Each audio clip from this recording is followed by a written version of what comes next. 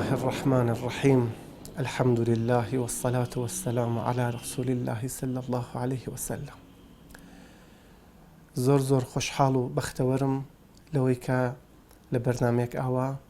لە خزمەت ئێوەی ئازیز و خۆشەویستە هەم و ئەتوانین بەم شێوە لە ڕێگای مدیاوە دیدارێکمان ببێت. هیوام ئەوەیە کە قسە و باس و بۆچوون و هەڵوێستێک کە لەم قسانەیە دەرئەکەوێ و باسی لێ ئەکەین ئەو نەرخی بێ کە ئێوەی بەڕێز و ئازیز کاتی بۆدان و گوێی لێ بگرن. من بەڕاستی خۆشحاڵم، هیوادارم کە بتوانین باسێک بەهادار و بە نرخمان ببێت. من ناوم زاهێد، ناوی خێزانی و بنەماڵەیم وەیسی، لە ساڵ 1356 هەتاوی 1970 زاینی، هەر بۆ جۆرەی کە مەرحوم عەبدوڕەحمان بەدەوی ئەفەرمێت لە تەسادفێکە لە دایک بووم، یعنی هەر بەرنامەیەک ئەقڵانی و ژیرانە نەبووە کە مناڵێک پێویستە بێتە ئەم دنیا، وەلی عەلە زاهر قەدەری ئیلاهی ئەوە بووە کە من لە دایک بم لە یەکێک لە دێهاتەکان دەوروبەر سەقزا بەناو باشبڵاغ. هەر لە مناڵیەوە دایک و باوک بەڕێزم هاتنەتە سەقز، لە سەقز نیشتەجێ بوون و لەوێ توانیانە ژیان خێزانی و بنەماڵەیی و هاوبەش خۆیان درێژە پێبەن و ئێمە بنێنە بەرخوێندن و هەر وەک مناڵە کز و لاوازەکان کورد لەو جیلەیە کە من بووم و لەو بەرایە کە من بووم توانیمان خوێندنێک زۆر ساکار و بێسمودم بمان بێت. وەک باقی مناڵەکان تر منیش هەر لە قوتابخانەی سەرەتایی و دەستم پێ کرد و هەتا تاوکردن دەورەی دیپلۆم هەر لە سەقزا بووین. هاوکات لەگەڵ ئەوەیشا هەر خەریک کار وەک زۆربەی مناڵە کوردەکان کار بووم بۆ یارمەتیەک اقتصادی و ئابووری خانەوادە بێژی یا بۆ دابینکردن بڕێ لەو خەرجانەی کە مناڵێک لە مەدرسە و قوتابخانەی ئەو وەختەیە ئەیبێت، بە دەستفرۆشی و عەرزم بە خزمەت بۆ یاخچیگەری و شاگرد کەبابچی و شاگرد ئاومیوەگیری و شاگرد برق و کارەبا توانیم تەقریبەن بێمە سەر. ئەڵبەت لە پاڵ ئەوەیشە خوێندن قورئان و زانستە قورئانیەکان بۆ ماڵ ئێمە شتێک زۆر مهم بووە و جالبی لەوایە لە منەوە دەستی پێ کرد، یعنی چ بەر لە من چ دوای من ئەو نە لە ماڵۆ پێداگری و تەقریبەن مسۆگر نەبوون لەسەر ئەوەی کە مناڵێکیان حتمەن ئەشێ ئاوا بخوێنێت. لە دوای ئەوەیش وەک ئێران باوە ئیمتحانێک ئەگرن بۆ کۆنکور، بۆ دانشگا، بۆ چوون بۆ زانکۆ. منیش هەر ئەو ئیمتحانەمدا و یەکەم جاریش توانیم قبوڵ بم. دا هەر لە مناڵیۆ خەفەتێک فکری و فەلسەفی و بیری زاهێرەن لە ڕۆحمە بووە و هەیشە ئەوە کە ئەم توانی تەواو ئەو ڕەشتانە لە دانشگا بخوێنم. من پشت سەریەک ئەوانەی کە ئەو دانشگانەی کە فەلسەفەیان بوو گشتیانم فەلسەفەکان لێدا، یعنی هەم نمرەکەم هاورد بووی هەم ڕوتبەکەم و ئەم توانی لەو ڕشتانیش بهێرم کە پۆڵی پێ دەرتێت، وەلی عەلە زاهر ئەو خەفەتە لە تەکشیر دایکە لە گیان منە تەقریبەن جێ کردبووە و ئێستەیش خۆشحاڵم. من ئەو ڕێگەم گرتە بەر ئەیستیش خۆشحاڵم تەقریبەن بۆ خۆم فەلسەفی بیر ئەەکەمەوە. هەر لە دانشگا بەداخ گرانەوە وەک زۆربەی ڕۆژهەڵات نرخێک بۆ فکر، نرخێک بۆ فەلسەفە، نرخێک بۆ چوون و هەڵوێستێ بیرمەندانە دانانرێت و دانەنریا فکریش ناکەم بەم زوانەیش وامان لێبێ کە بۆ فکر و بیر ئاوان نرخێ دانین کە وەک شتانێکتر وەک تب و وەک ئەندازیاری و ئەوانە تەقریبەن بەهای پێبین. لە دانشگای جوایان حاڵی کردین کە ئێوە نابنە هیچ و بە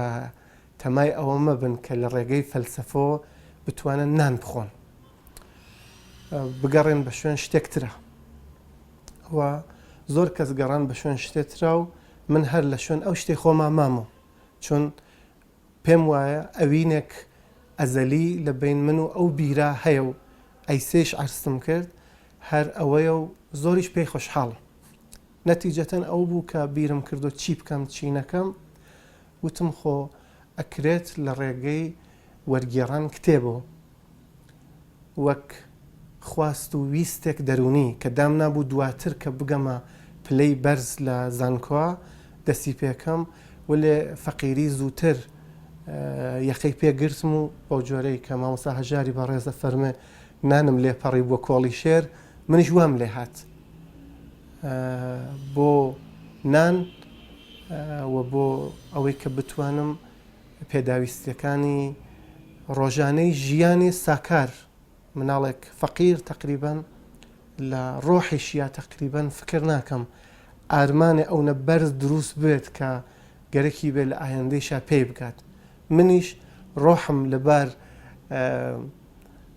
ژیوار و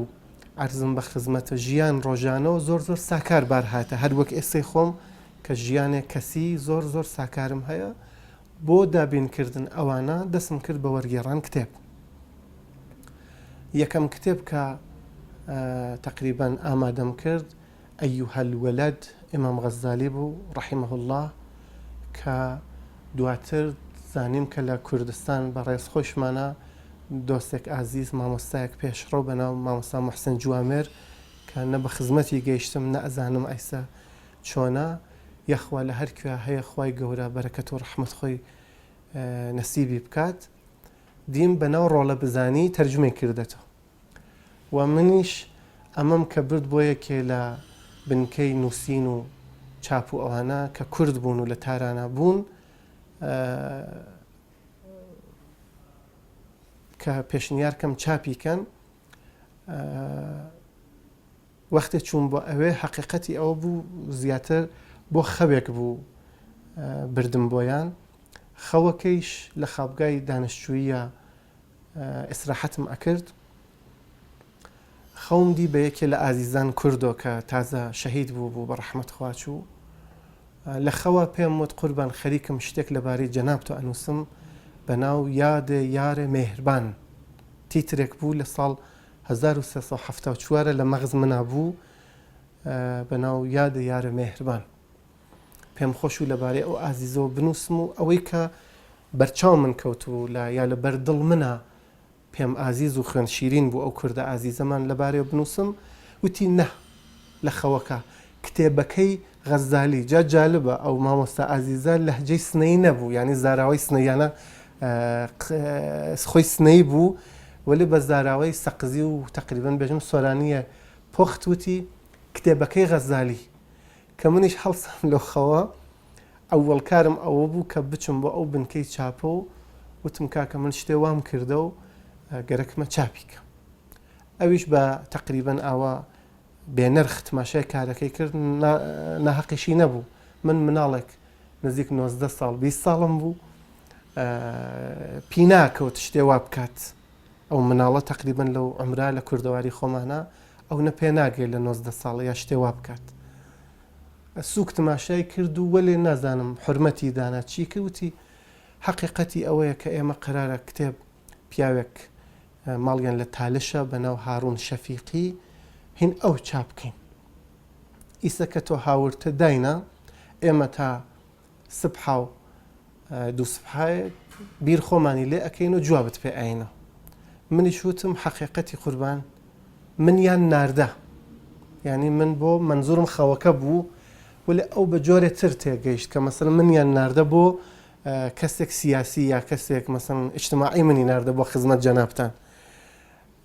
وتی دێکەوای لێ هات سبحا بێرە من جوواکت پێ سبحا هەرە وەختە کە چووم وتی کاکە هینەکەی جەنابەت چاپ ئەەکەین هین مامۆستا شەفیقی یەخوەخوا ئەفویکە مامۆستا هاڕون یەکێ لە گەورەکان سنی عنبەران و تالش بوو من لەوە شیرینی چاپ کتێویان خستە بە قەول کوردی بێخدیانم و منیش گەیمە ئاواتەکەی خۆم و هەر بۆ جۆرەی کە مامۆستا هەژار دیسان ئەفەرمێ ئۆخەی وا دیسان خۆشیم دیشەوێ بۆ یەکەم جار من توانیم خۆشیەک ببینم کە ئەکرێت ئەوەی کە ها لە دڵما وەک دڵێک کە بۆ ملەتێک تقریبان بیر ئەکاتەوە چۆن شکر بخوا ئایسش من ئالێرە بیر ئەەکەمەوە هیچ وەخت بیر ناکەمەوە کە من سەقزیم و هام لە سنا یا چون هام لە سنا ئیتر سلێمانی و دهۆک و هەولێر و مەسەن کۆبانی و ئامێد و ئەوانە هیچ من خۆم بەخەیانی نیشتەجێی گشتیان ئەزانم لەبەر دڵخۆمەوە بیرم ئەمە بووە کە کوردەواری نیازی هەیە بە نۆعێن نووسین نەرمونیانەکەیش نە بە معنای ئەوە کە نەقد و تقریبا بەڕاستی ئەمانیتیانە بێ نە نەرمونیان ینی گلایەنی بێ بارە ڕۆحیەکانیان بگرێت بارە ئابوووریەکانیان بگرێ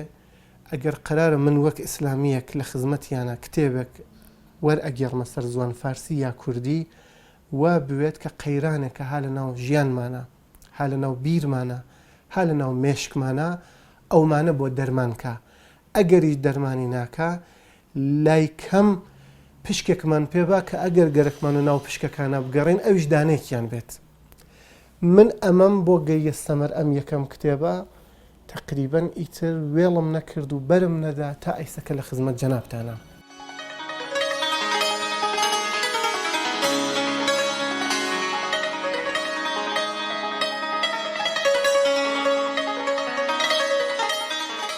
هەر لەو وەختەی شائیتر من خوێندن دانشگاهیم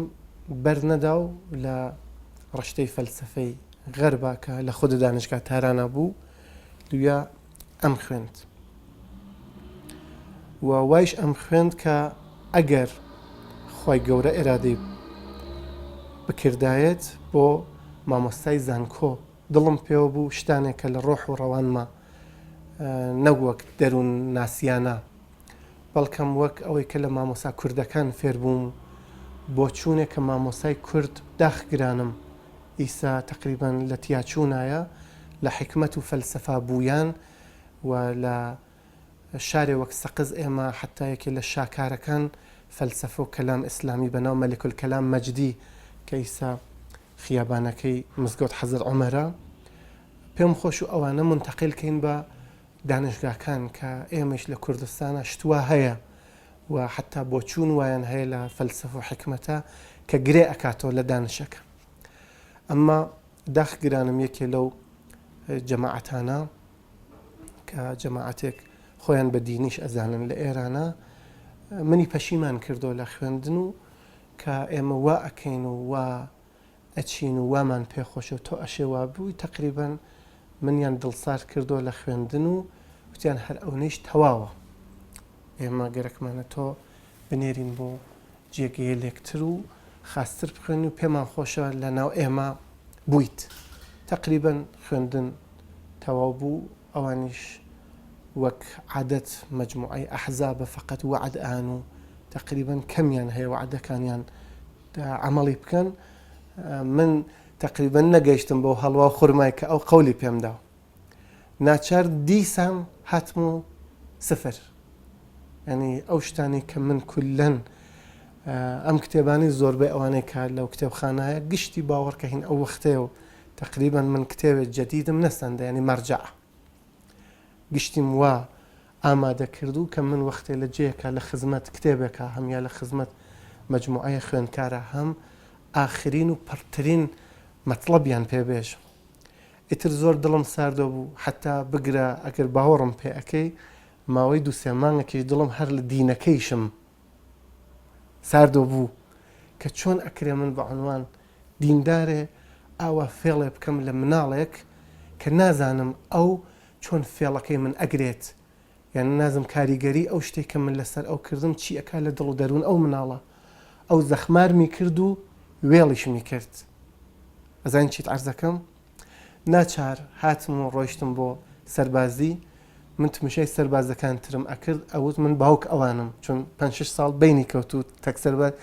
ناچار گشتیان بە حورمەتەوە تمشامیان ئەکرد و زۆرێ لەو شتانەی کە ئەشیا من بم کردایەت نەیانەهێشت من بیکەم لە سەربازیەکەیشمە شتێتر ڕوویدا ئەویش ئەوەی بوو کە چوون بۆ سەربازی شاید ئەم شتەکەمێ جالب بێ وەلێ وتیان چون عەرەبی ئەزانی ئەشێ بچی بۆ فڵانجێ و لەوێ کاریان بە زوان خارجی هەیە وتم منیش چووم و خۆم پیان ناسان ئەوانیش وتیان جوابت پێ ئاینەوە. من بەعنوان ئەفسەر ئیتر لیسانسمان گردوو لە ڕشتەی فەلسەفا و وتیان متەئەسفم چۆن جەنەبالی کوردیت و ئەهل سنەتیت لەم ئیدارە تبق بەرنامە ئەوە نییە ڕقمان لە تۆ بێت نا بەرنامە وایە کەسێکە مشکل ملەتەکەی مشکلە سیاسی هەیە شتێ لێرە نەبێت بچۆ بۆ فڵان ئیدارە. منیش چوون بۆ فڵان ئیدارە و عەرزم بە خزمەتت لەوەی شیاوتیان مامۆسا جوابت پێ ئاتەوە. مامۆسای جوابی داوتی وڵڵی چون تۆ لە بەرادەران ئەهل سنەتی بەشکەم لە جێترا داتمەرزێنن هەر لە ناوم ئەرتەشە. منیش ئەوە لە ناو ئەو ساڵۆنا دانیشت بووم پام درێژە کردو زۆر هیلاک تینی برسی لە سبحی ئەوەڵ وەختە تا نزیک سعات 12 بەم لەو بەو لاچووم و پەزیرایەکیان لێمان نەکرد و فەرماندەیەک هات سەرهەنگ تەواو عەقید بە قەول عەرەبی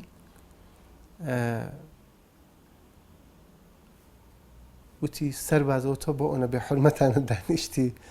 منیش هەر کوردانە یعنی ئەسڵەن هیچ ئەدا و فۆرمێک نەزامیم دەرنەهاور کە هەڵسم لە بەری حورمەت نەزامی و عەسکەری لێ بکرم. وتی تۆ زۆر بێ ئەحترامی. وتم من بێ ئەحترام نیم خەریکن بێ ئەحترامی تەک ڕۆحمە ئەکەن تەک شەئن و شەخسیەتمە کاکە هاتم 2 ساڵ کرێکاریتان بۆ بکەم بێگاریتان بۆ بکەم ئێوە من تەنگەرەک ناوتی چۆن؟ وتم وەڵڵا شتێ ئاوە بوتی بێ. منی برد و چوین بۆ ئەو جێ کە خۆی دائەنیشت و دەستوری داوتی چایەک بێرن بۆ ئەم سەرباز کە تبق ئوسول سەربازی من نەبووە لە خزمەت جەناب سەرهەنگە دانیشتایەتم. وتی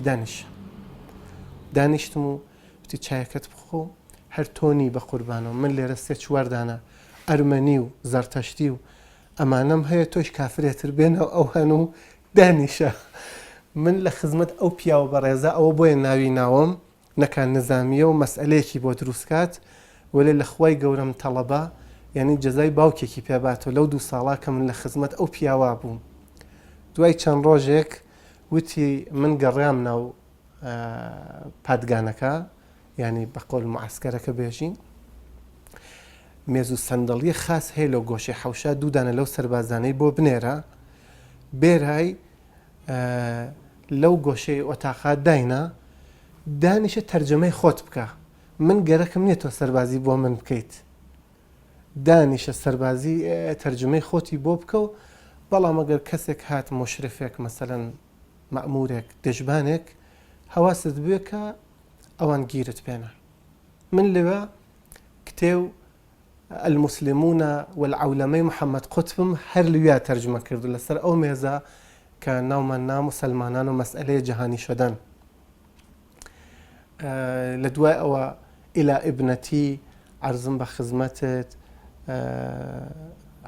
حتى يكون الزواج سكنا عەرزم بە خزمەتت أريد أن أتحدث إلى الإخوان کتێبێک بوو کە ئەبول حەسەن نەدەوی بۆ ئیخوانیەکان نووسیوی کە تقریبا نەسیحەتیانی کردبوو کە کەم سیاسەت گەرایی و ئەم جۆرە شتانەکەن من ئەوەشم لەویا تەرجمە کردو. ئەو کتێبش داستانی خۆشی هەیە و بەناو ئانچە دەر ئەمریکا نەیافتم. لە دوای ئەوە کتێبێکتر هەر لەو سەرمێز جەناب سەرهەنگ و جەناب ئۆستوارێک یەخوا ئەویش خوای گەورە جەزای برای بەڕێزی پێباتەوە. ئەلبەتە ئەو کورد بوو خۆی بە کورد ئەسەداباد ئەزانی کە ئەم نزیک هەمەدانە و ئەیوت ئەگەر جەماڵەدین ئەسەدابادیش ئەمەش شاید بە کەسانێک کە محەقیقن نیاز بێ ئیسبات بووە کە ئێرانیە قەتعەن کوردیشە چون ئەسەداباد ئێمە ئیسێش هەر کوردی قساکەین. کتێبەکەی المرأة والدين والأخلاق كمناظرية مكتوبة لبين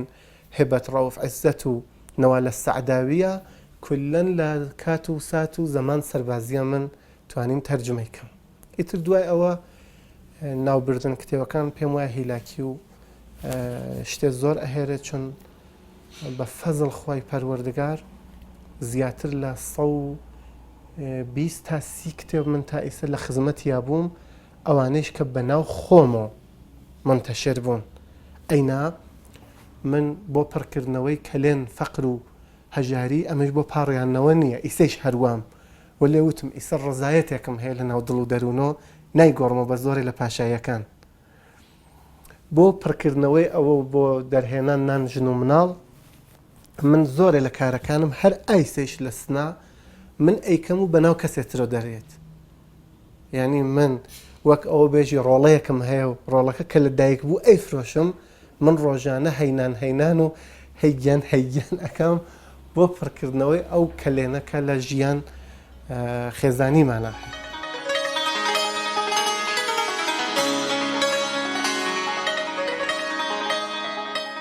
زۆرێ لە خانەوادەکان کە بنەما و پایەک فەقیریان هەیە فەقیریەکەیش ئیلزامان هەر فەقر مادی و اقتصادی منزورم نییە ئەوەی کە فەرهەنگ نییە ئەوەی کە خوێندن باڵا نییە لەو خانەوادا یا بیریان نیە حتا بۆ خوێندن کاشی خوێندنێ بوێت تقریباً ژیان ئێمەش شاکارێ وانە کە بتوانی تابلۆیەک جیهانی لێ دروستکەی هەرچەند من پێم وایە خۆم شەخسەن پیرە پیاوێک یا پیرەژنێ ئازیزیش کە لە دێهاتێ دووریشە ئەژێت ژیانی ئەو نەشان و شکۆی هەیە کە فیلمێکی لێ دروستکەی ئۆسکار بوات هەر ژیان ڕۆژانێ ئەو برادەرە دوربینێکی بۆ دانی هەر خۆی بگرێ ئەو نە ئەرزشی هەیە کە ئۆسکار بوات ژیان هەر بنیامە ئەو نەشکۆهمەندە وڵێ ئەوەی کە ئیمڕۆ خەڵ بۆ شتێ عەجیب ئەگەڕ ناو زندگیە ئێمە ژیانێک زۆر سادە زۆر بێ سم و دم زۆر بێ دەنگ زۆر بێلایەن یعنی تقریباً ئێمە تێکەڵاو هیچ جەماعەت و گروپ و گروه و بەیاخێکمان بۆ هیچ کەسێک هەڵ نەگرتە هەر ئەمەیش وەک ئیبن عەرەبی ڕەحیمەه الله ئەفەرمێ وای لێم کردە کە ناو دڵم پەڕەیەک بێ بۆ تەورات و بۆ ئینجیل و بۆ قورئان و پەرستشکەیەک بێ بۆ یەهودیەک و مەسیحیەک و موسڵمانێکیش یعنی وای لێم کردە کە نوع تەسامح نوع مدارا ئەو تۆلەرانسە کە لە غەربا بۆی ئەگەڕێن شکر من هەمە لەخوا بەزیاو بێ ژیان هاوبەشمان تقریباً ئەوەی کە لە سنا من دەسم پێکردە ماوەی بۆ 10 ساڵ ئەچێ تەک خانممە بەڕێز شیمای ناوە کەچ مامۆسایەک ئاینیە بەناو مەلا ئەبوو بەکر دەستورە سەمەرەی ئەو ژیانەیش دوودانە کچ ئازیزن گەورەکەیان دلارای ناوە بۆ دوی سەرەتایی ئەچێت ئەیسە دوی سەرەتایی ئەخوێنێ بچووکەکەیشیان دلازینی ناوە هێشتا 2 ساڵی تاوە نەکردە تا ئەوە ینی تابلۆیە زۆر سادە و لەوحەیەک زۆر بێڕەنگ و بێ ئاو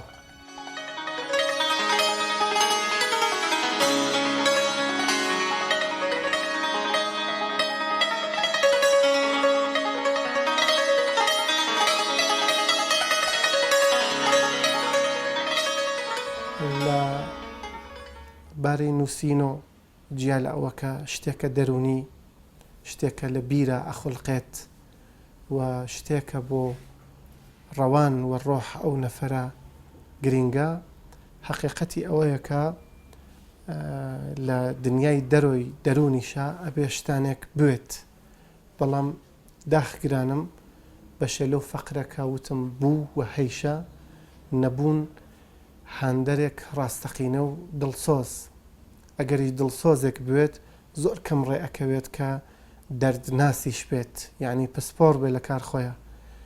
زۆرێ لە دڵسۆزیەکان زۆر جار ئەبێتە مایەی سووتانن کەسێ دڵسۆزەوە لێ نازانێت چۆن دڵسۆزی بکات ئەگەر ئەو دڵسۆزە لێزانیش بێت و پسپۆریش بێ ئەکرێت کە تقریباً وەک مەلێک هەردوو باڵەکەی بێت و هەڵفڕینێک شایانی بوێ لە شار سەقز منە تقریباً من شتوام نەدی دەسم نەکەوت و ئەگەریش بوو بۆ بانوخوارێکە لە کۆمەڵگای کوردی خۆمانە شار و دێهاتیەک دەوڵەمەند و فەقیرێک عەرزم بە خزمەت ئەوە ئەیکەن نرخنان بە مناڵێک کە مەسەلەن تیپ و قیافە و ئەمانەی وەک مەسەلەن دەوڵەمەندەکان نەبێت ئەمما من هەر لە کلاس ئەووەڵ ڕاهنماییەوە ئینشایەکم نووسی 7 سەفحە بوو بۆ مناڵێک لەو وەختا کە بە زۆر 6 7 خەتی ئەنووسی معلمەکەمان ئەوەی پێخۆش بوو کە ئینشاکەی منی بە دیاری هەڵگرد و بردی وتی ئاخر چۆن ئەوێت تۆ توانی بێتت حەوت سەفحەت نووسی بێ هەر ئەو شتە کە ئەو معلمە کردی بۆ من ئەمەی لە دڵ منە دروست کرد کە نووسینەکەی من نووسین وا دیارە ئەوەڵ ئەتوانم بنووسم دووەم ئەتوانێت نرخیشی بێت هەر لەو وەختا لە مەدرسە مسابقەیان دانا کێبەرکێ بە قەول بۆ مەقالە نووسین و شت نووسین و وتار نووسین من لە یەک دوانێکیە بەشداریم کرد لە دوای ئەوە بۆ کتێب ئەگەڕیام کتێبم نەئەناسی معلمەکەمان ناو کتێب شاهنامەی برد من تەکدایک ئازیزمە ڕۆیشتین بۆ کتێب فرۆشی ئای نقرەیی کوڕەکەی ئای نقرەی خود ئای نقرەیی نە وتم هاتم شاهنامە بسێنم وتی تماشای من و دایکمی کرد وەک ئەوەی کە خانەوادەیە محتەرەمن واقعانیش وان لە سەقزە زۆر بەو ئەدەب و احترامەی خۆی وتی بابگیان شاهنامە زۆر زۆر گەورە و سەنگین نەبوو من گەورەی حاڵیم نابوو لە خۆمە منزوریەوە کە کتێبەکە زۆر قورسە وتی حاڵی ناوی وتی 250 منیشە من چۆن بۆ یەخچی بووم پۆڵم کۆ کردووە 250 منەکە ولی ئای نقرەی هەر پیاوەتی کرد وتی باوەڕکە من شاهنامەکەت پێ ئام بیوەی پوڵما ولی ئەزانم حاڵی ناویری یعنی ئەو پیاوە شاید نزیک 10-15 دقیقە هەوڵیدا من و دایکم حاڵی کات دایکیشم دڵسۆزانە تێوە ئەچوو بۆ شتەکە لە خۆیان ئەو نەمەهمە کتێوەکە ئای نقرەی پێمان نات زین چیت عرضەکە لەولا خلاصە ئێمە نازانم چۆن بوو حاڵی بووین و شاهنامەمان نەسەند و من ڕۆژێکیان دوانی مەڕۆیەک چوون بۆ کتێب فرۆشی ئای محەممەدی خوا عەفویکە یا ڕەبی یەخوا خوا عەفویکە ئای محەممەدی وتم قوربان هاتم بۆ کتێب وتی چ کتێبێ وتم جەواهر القورئان وتی دی تۆ جەواهر القورئان حاڵیت ئەوێ نام لە کوێ من ناو ئەو کتێوم دی کەوتە سەر زوانم وتی ئەوە من جەواهر القورئانێکت پێ ئام پوڵیشت لێ ناسێنم 140 من قیمەتی بوو جڵدێ ڕێک و پێک و جوان وەلی بێ شەرتێکین من و تۆ بەیەکەوە ئێستا کوڕەکان ئای محەممەدیش ئەم شتە نازان من ئارەزوم بوو زەمانێ بوێ لە فەزایە زۆر زۆر گەورە ناو ئای محەممەدی بێرم کە ئیسە شکر ئێوە هەڵکەوتن و من ئەم شتە بێژم وتی بێ قەولێ بکەین بەیەکەوە هەر دوانی مەڕۆیە بێکار بووی بی بۆ دوکان ئێمە ئەمە یەک هەرچێکیشت لەم کتێوە خوێندەوە حاڵیت بوو پێم بێژی وتم مامەڵەیە تەواو ئای محەممەدی کتێبی ئەدا بە من لەو وەختا ئای حەمە باقی و ئەوانەیش لە سەقز بوون دوانی مەڕوانە ئەهاتن ئەچوونە پشتۆ لای ئای محەممەدی دائەنیشتن من هەر لەم بەرویترینەکەەوە ئەوێسام و ئای محەممەدی کتێوی پێم ئەدا ئای محەممەدی قانعی پێمدا لەو وەختا ئای محەممەدی فقه السنەی سەید سابق بوو بە فارسی چوارجڵ تقریبان جۆرێکیش بوو لە هەر ئەوەیشی پێمدا و ڕۆژێکیان هاتمە خزمەتی وتم قوربان من لەو کێبەرکەی وتار نووسیە تقریبان من بەرەندە بووم وتیانە بێبی خوێنەرەوە ئەگەر کەس و کارێکیشت هەیە بێ ئەوش با ئەتوانێت دانیشێت بەشدار بێت ئای محەممەدی وتی من تێم و ئای محەممەدی هات ینی زۆر مهم بۆ من ینی شتێکە باوک خۆم ئەشیا بیکردایە باوک بەسە زوان خۆم ئەو شتە هەر نەبوو لە جەریان ئەو شتا ینی خوێندن و کار نووسین و ئەوانە هەر بۆ باوک من تقریبان وەک شتێک عادی بووە ینی ئەو نە ئەهەمیەتی نەبووە کە بێژی مەراسمێکە و کوڕەکەی من خەریکە ئەی خوێنێتەوە ناوەڵڵا ولی ئای محەممەدی ئەو ڕۆژە باوک من بوو زین چیت عەرزەکەم و هەر ئای محەممەدی وای لێم کرد کە ئەم ئەیوهە الوەلەدە ڕۆڵە بزانیەکەی غەزالی کە من لە دانشگا بردم بۆ چاپ هەر لە سەی دەبیرستانە من تەرجمەم کردبووە یعنی ئای محەممەدی کاری وای کردو لە من نووسین خوێندن بوون کتێو لە پاڵ بنە ینی من ڕۆژێ لە شار سەقزە بەر هەرچێ چڵاو کەبابی ئەگەڕام بۆ واکسکردن کەوش لە چڵاوکەبابی پرشەنگیشە کە زۆر سانتالمانتال بوو یا حاجی مسفای غوڵامی خوا عەفوی کە یا ڕەبی ئیجازەیان نادا واکسی بچێتە ناو چون بۆی واکسی ئەهات و ئەمانە و خەڵکیش خەریک بوون نانیان ئەخوارد منیان ئەهێشت بچمە ناو چون من دوو خصلتم پیا کردو کە نزیک مشتێکەکە نەبووم بۆی واکسم لێبێ دووەم تیکیان بۆم ئەگردیان و بە ئەو مناڵیش تیکەیە بخوا من تیکەم لیان وەرناگرت ئەزانی چیت عەرز دەکەم جەمیکەین ئەم دوو شتە حاڵەتێ دەرونی و کارێکە ئاغای محەممەدی خوا عەفوی کات یەخوە خوا عەفوی کات چون زاهرەن بۆ ئەوەی کە نێڵێ ماشینێ با لە خانمێک خۆی داوە بەر ماشینەکە کە بیگرێتەوە ماشینەکە هاتووە سەر ئەنیت نەیتوانی لە بەرە ژوورکەکەی جامع ئەو شتا بیگرێتەوە ئای محەممەدی بە ڕەحمەت خوا چوو یەخوە خوا عەفوی کە یەخوە خوا بەشداری کە لەم شتانە کە ئەینووسین وەک ئێمەی دینی بە سەدەقەی جاریەی دائەنێن خوا ئینشاءالله بەش ئای محەممەدیشی لێبات و من ئومێدەوارم ئەیات ئەمە دوو هەندەر ئەساسیش کە وتم ئەو پڕکردنەوەی کەلێن ژیان ئابووری ژن و مناڵ وای لێم کرد کە ئەگەر دانەیە هاوکار بەڕێز من لە ساڵە کارێک ئەکات دوان ئەکات لە عمریا بە 10-15 کتێب ختمی ئەهێنێ من ساڵوا هەیە هاوکاران بەڕێزم حزوریان هەیە و ئەبینن 15 تا 20 کتێب تەرجماکەمەوە جا هەر ئامێش عەرزکەم زۆر کەس وا بیر ئەکاتەوە کە پۆڕکاری ئەبێتە مای زەعف کارەکە لە حاڵەکە من بە فەزڵ خوای گەورە بە شێوەیەک ئەستاندارد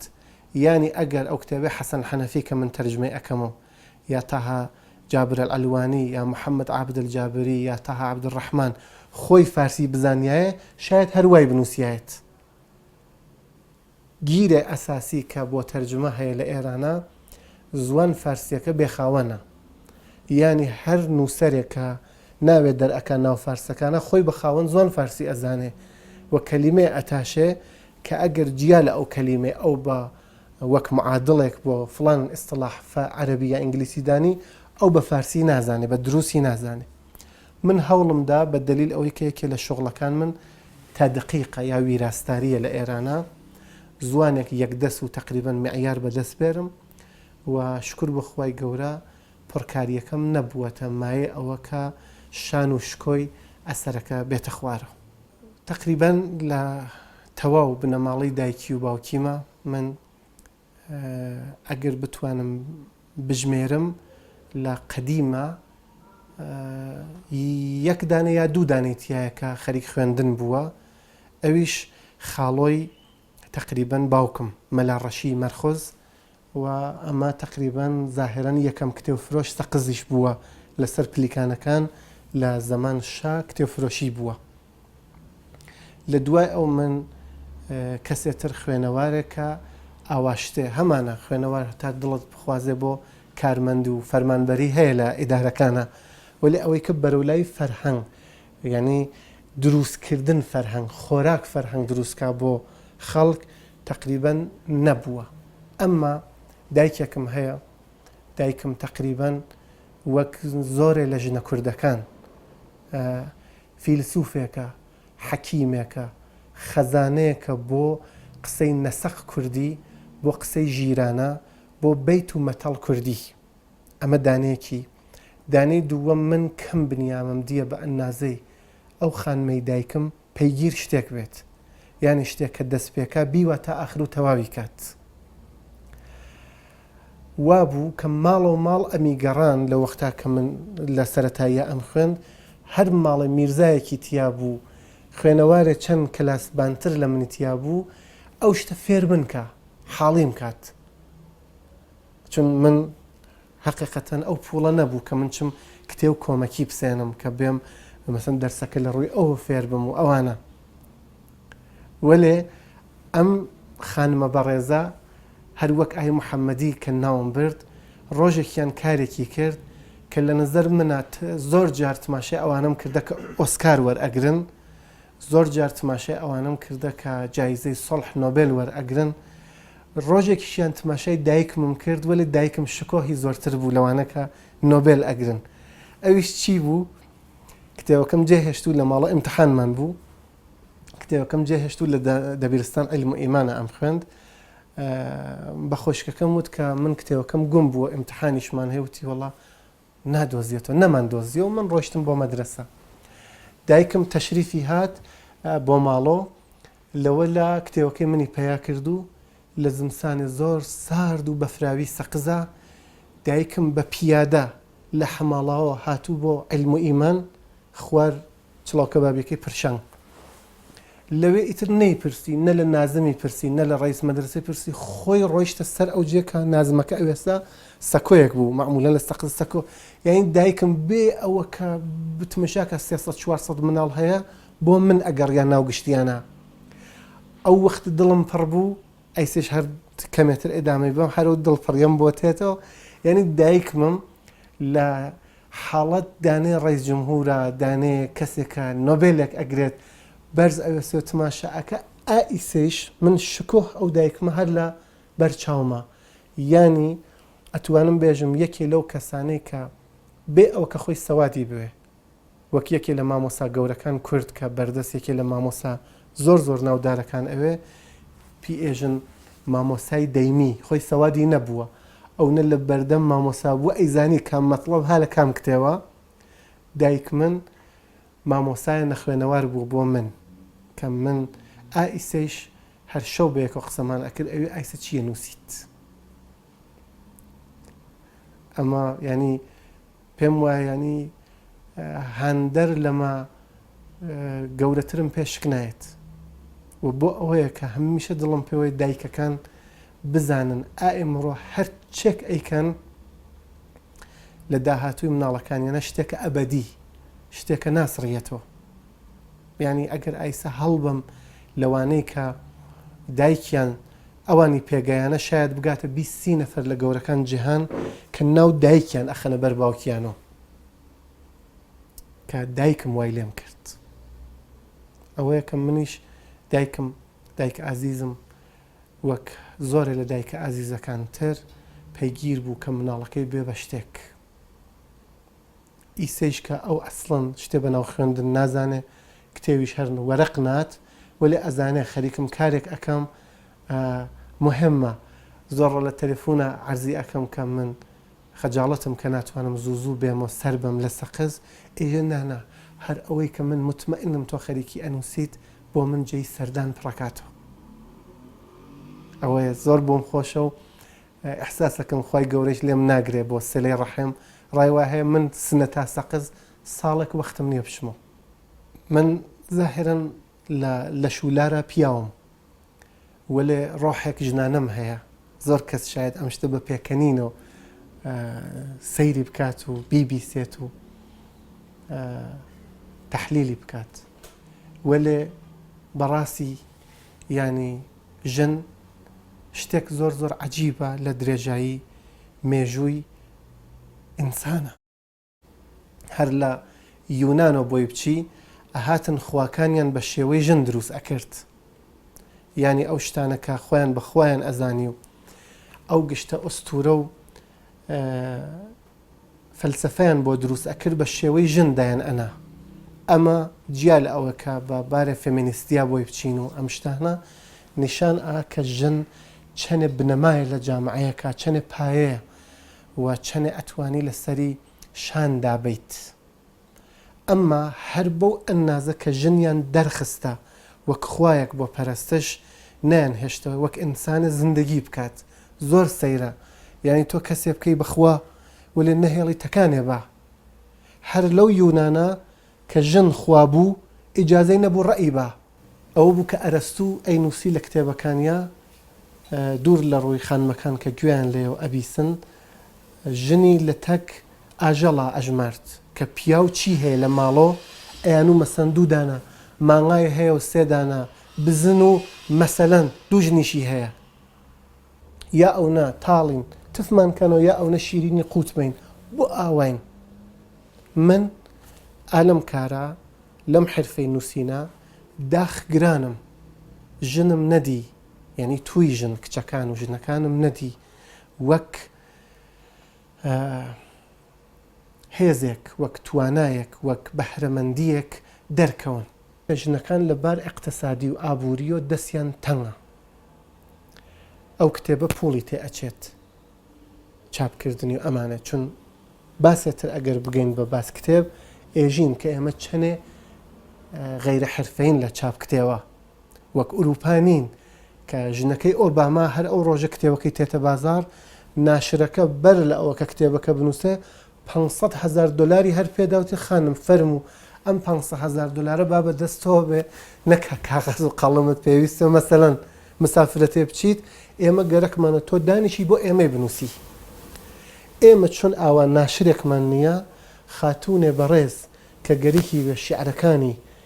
نووسینەکانی تەرجمەکانی چاپ بکە حتمما خۆی ئەشێ پوڵی بوێت. نەتیجەتەن چۆن پوڵی نییە ناچارە ناو کاغەزێکا بینووسێ و لە بنەماڵە داینێ. یعنی ئەگەر ئێمە ئێژین پێغەمبەرگیان صلی الله عليه وسلم بەهای گەڕانەوە بۆ ژن لە دەورەی جاهیلیە، ئەی ئێمە بۆ بەها ناگەڕێنینەوە بۆ ژن لە دەورەی پێشکەوت و خوازیە بە قەول لە سەدەی 21 لە دەورەی دموکراسی خوازیە، ئێمە بۆچی وەک ئیسلامیە بەها ناگەڕێنینەوە بۆ ژن؟ دانێ لە عالمە دینیەکان فەرمایشەکە ئەفەرمێ لە جەلسەیەکا بووم باسەکە باس ژنان بوو، لەوە لا ژنان هاتن و قسەیان کرد و قسە کریا و ئەمڕۆ مەجموعەی پرسیاریان هاورد لە منی بپرسن. پیاوێ هات دەستی کرد بە خوێندنەوەی پرسیارەکان، وتم تۆ چکارەی؟ وتی وەڵام من نمایندەی ژنەکانم کچەکانم. وتم دەی خۆ تۆ ژن نیت؟ وتی دەی قوربە ئەوان ڕوویان نییە و نازانم. وتم چۆن ژنێ پرسیاری هەیە وەلێ ڕووی نییە پرسیار بکە؟ ئەی چۆن ژنەکان لە خزمەت پێغەمبەرە صلی الله عليه وسلم خصوصی ترین پرسیاریان ئەکرد. دڵم پێوەیە هەر خۆشم خانمەکان تەشریفیان هەیە، من خۆم لەم ئینتەشاراتی خۆمانە حتا خانم وێساوێ تەک ئاغا کار ناکەم. دڵم پێوەیە لە بار اقتصادی و ئەگەر پوڵێک زۆر کەمیش لەناو کتێوا دەست ئەکەوێ حتمما کچەکان من پوڵ لەناو گیفانیانە بوێت. خانمەکان خوێندنی ژیرانەیان بوێت، یعنی خوێندنەکە بۆ دەستخستن شەهادەی علمی و بڕوانامەی زانکۆ ئەوانە نەبێ. خوێندنێک ژیرانە، یعنی خوێندن کەسێک کە دایک و باوکی نردبێتیان ئاو بێرێ کە ئەگەر ئەو ئاو نەهێرە لە کانیۆ مناڵەکان لە تونیا بمرن. زانین چیت عەرزەکەم؟ ئەم بفەرمێ من هاتم بخوێنم کە ئەگەر نەخوێنم ئێشێکم گایەنە بە ژنەکان و لە ڕێگەی ژنەکانەوە ئێشم گایەنە بە شووەکان، براکان، باوکەکان، مناڵەکان. یعنی دیسان ئەم بەچکەمانە هەر بوێتەوە بەشکەم بێم من بەم خوێندنە بنە بڕی بکەم ئەو بیرە کورتە بێدینانەی نامرۆڤایەتیانە. چون بەڕاستی ئەوەی ئەو زۆرێ لەو زۆڵمانەی کە لە ژن ئەکرێت بەناو دینۆ بەناو فقهۆ، من خۆم فقه ئێژمۆ،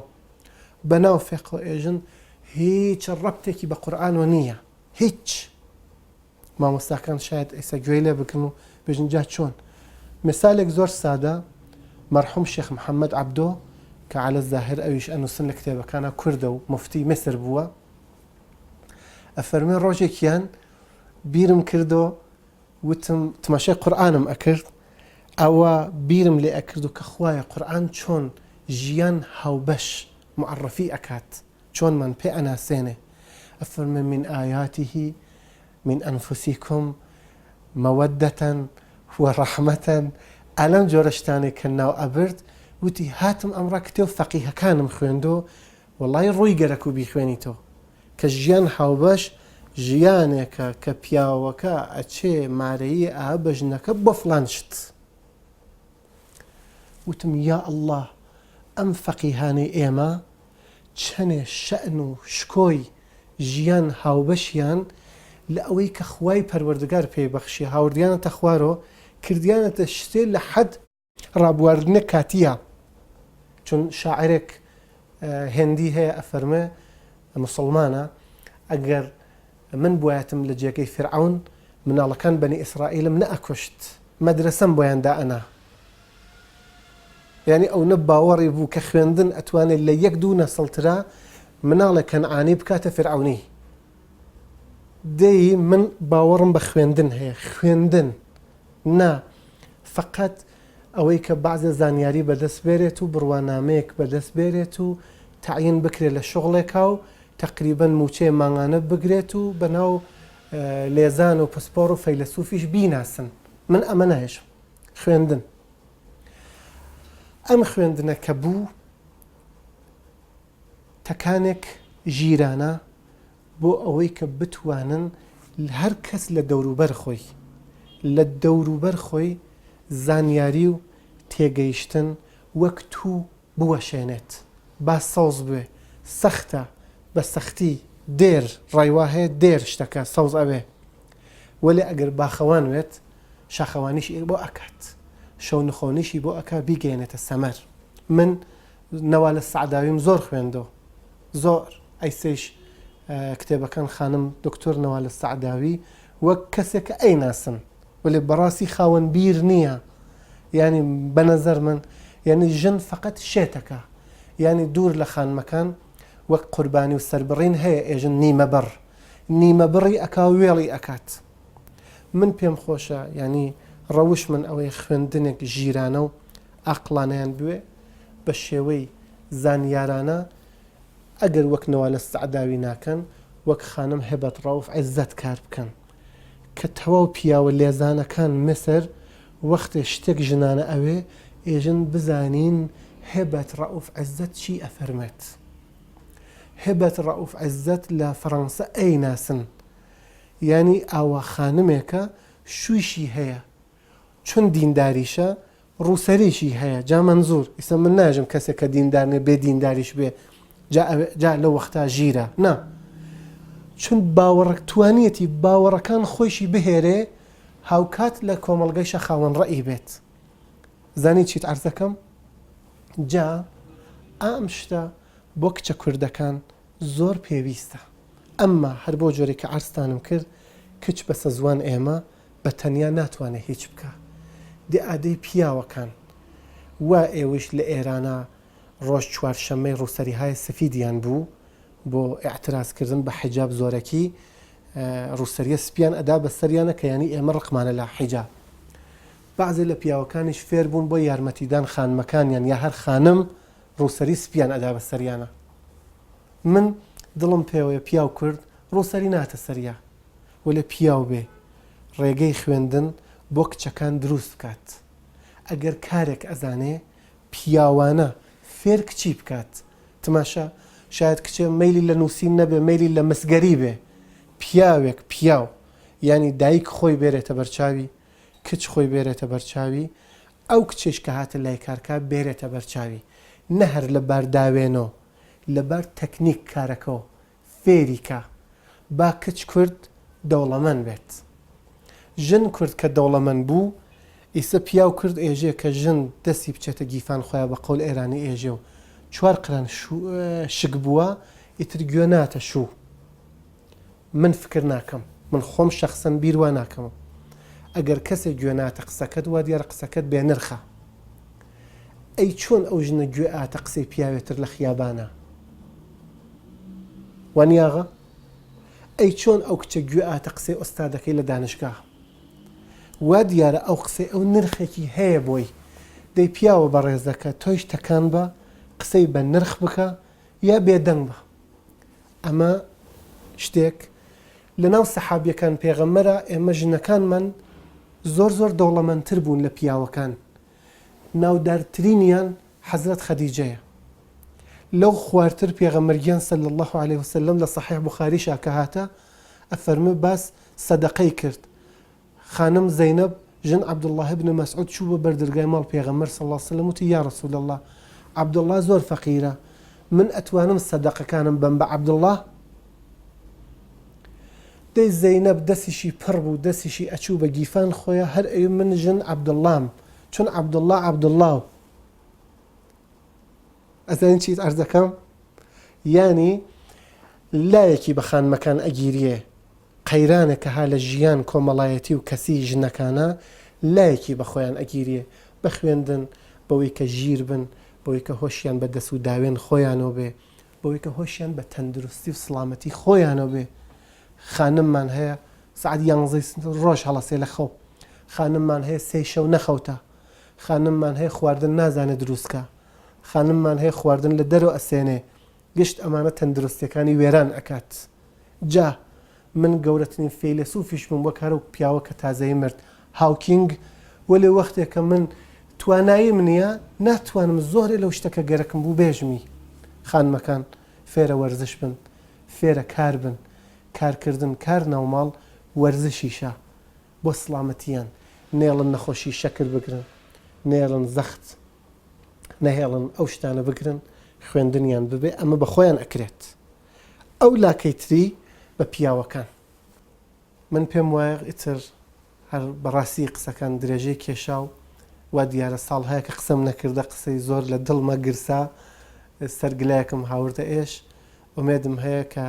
قسەکانم ئەگەر ئێش و ئازارێکیشی خوا نەخواستە بۆ کەسێک بوو بێ بەوەی نەگرێت کە من عن قەست و بە ئێرادەگەرەکەم بێ کەسێ ئازار بم، ئێشێکە بۆ ملەتەکەم لە ناو دڵمە ئەحساسی ئەەکەم. ئومێدم هەیە خوای گەورە گلایەکمان بە خێر و خۆشی بژیانێت و لە دنیاکان تریشاکە ئەگەر بگەینەوە بە یەک بە خێر و خۆشی بگەینەوە. منیش گلایەک بە خوای گەورە ئەسپێرم و خواتان لەگەڵ.